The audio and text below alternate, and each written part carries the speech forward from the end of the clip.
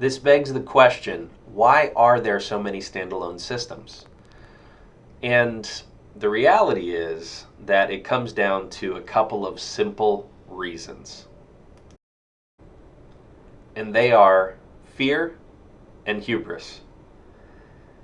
When I'm talking about fear, when it comes to patching or having your own individualized or company specific data management system, it is a fear of competitive loss or a fear of not adapting to the beautiful individual snowflake that each company is. But the reality of that fear is it is often very unfounded. The second potential is hubris. We are XYZ company. We know what we're doing. We do it better than anyone else.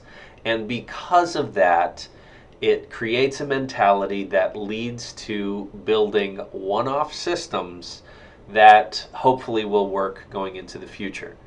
But that is not generally the way it works. I will simply state that it is important for you as organizations to avoid the pitfalls of fear and hubris in order to make the best decisions for your company. If you can avoid those things, then you are going to avoid some of the latter difficulties that come with managing legacy systems. The next major topic is cybersecurity and the shortfalls of legacy system when it comes to making sure your data is safe. First, I'd like to talk to you a little bit about Windows XP. I don't know how familiar you are with that particular operating system. I'm sure you have used it at some point in your life. But what you may not know is that a couple of years ago, when Microsoft decided to discontinue providing support for Windows XP, it was the operating system that was being used on roughly 70% of all bank ATMs and another 80% of all diagnostic medical imaging equipment.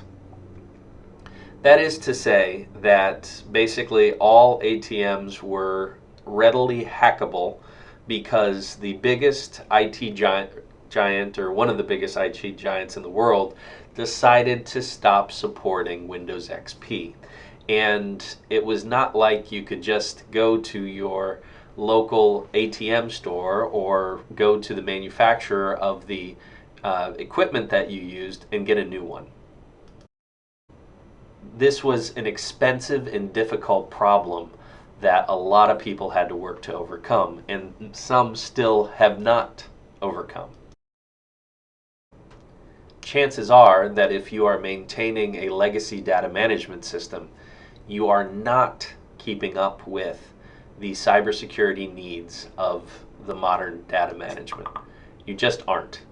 The reason for this is that the way that Microsoft had patched Windows XP for as long as it had was it had a team of experts going out and making changes to the code every time there was a new issue exposed. I don't really care whose team we're talking about here.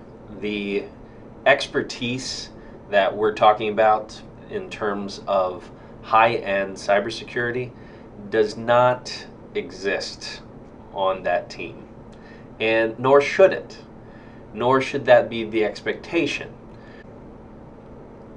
To give you an example of how P1 gets around this particular issue, we utilize modern Microsoft platforms, such as the Microsoft Azure Cloud, which is backed by a team of cyber experts, and it's written on a .NET framework on a readily accessible SQL database. So this is a very different setup that allows for you to have a lot of flexibility and a lot of coverage when it comes to the concept of keeping your data safe. From the futuristic cyber world, we will move back into the past. The past that is led by giants like Henry Ford. When Henry Ford developed the assembly line, his concept was that each person would become an expert within a very specific area of knowledge so that they could perform a task as quickly as humanly possible.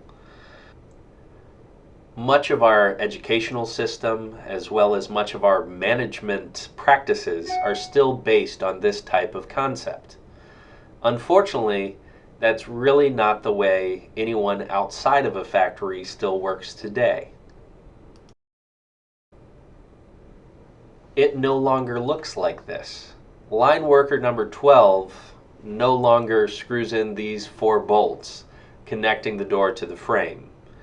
And in fact, in the type of jobs and situations that we deal with in insurance, we expect people to be well adapted across many different areas and typically to be cross-trained in order to be functional at their jobs.